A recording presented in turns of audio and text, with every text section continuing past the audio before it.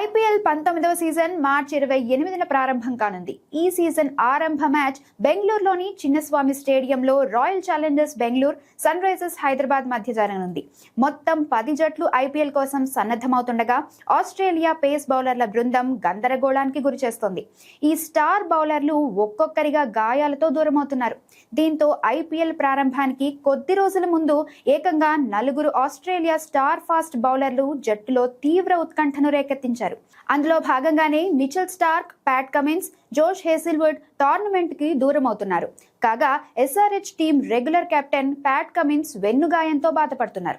అలాగే జోష్ హేజిల్వుడ్ తొడకండరాల గాయం, ఎకిలెస్ టెండినైటిస్ తో పోరాడుతున్నారు. ఇప్పుడు మిచెల్ స్టార్క్ ఇటీవల టెస్ట్ క్రికెట్ ఆడడంతో ఈ ముగ్గురు ఫాస్ట్ బౌలర్లను క్రమంగా పునరాగమనం కోసం సిద్ధం చేస్తున్నారు. అందుకే క్రికెట్ ఆస్ట్రేలియా తన కీలక ఫాస్ట్ బౌలర్ల విషయంలో ఎలాంటి రిస్క్ తీసుకోవడానికి సుముఖంగా లేదు. ఎందుకంటే రాబోయే 12 నెలల్లో ఈ జట్టుకు సుమారు 21 టెస్ట్ మ్యాచ్లు షెడ్యూల్ చేయబడ్డాయి. అంతేకాదు 2027 వన్డే ప్రపంచ కప్ కోసం సన్నాహాలకు పరిగణలోకి తీసుకుంటున్నారు. అందువల్ల వాళ్ళకి రెస్ట్ ఇస్తున్నారు. అయితే ఈ ఎఫెక్ట్ ముందుగా ఎస్ఆర్హెచ్ పై పడనుంది. Team regular captain Pat Cummins దూరం అవుతుండటంతో ఇషాన్ కిషన్ కు పగ్గాలు అప్పగించారు. దీంతో సన్ రైజర్స్ హైదరాబాద్ బౌలింగ్ బలహీనపడింది. మరోవైపు జోష్ హేజిల్వుడ్ లేకపోవడంతో రాయల్ ఛాలెంజర్స్ బెంగళూరు తమ బౌలింగ్ కూర్పును సర్దుబాటు చేసుకోవాల్సి ఉంటుంది.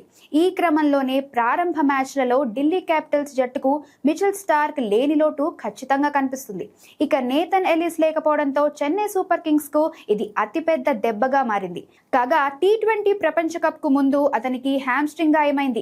ఇటీవల హోబర్ట్ లో జరిగిన వన్డే కప్ ఫైనల్ సమయంలో ఈ గాయం మరింత తీవ్రమైంది. దీంతో జట్టుకు దూరమయ్యాడు. ఇక మిచెల్ స్టార్క్, ప్యాట్ కమిన్స్, జోష్ హేజిల్వుడ్ల పునరాగమనం ఫిట్నెస్ పురోగతిపై ఆధారపడి ఉంటుంది. అంతా సవ్యంగా సాగితే ఈ ఆటగాళ్లు టోర్నమెంట్ మధ్యలో జట్టులో చేరవచ్చు. దీంతో మొదటి లెగ్ లో ఈ 4 హ్యాండ్ ఇవ్వడంతో ఐపీఎల్ లెక్కలు మారనున్నాయి.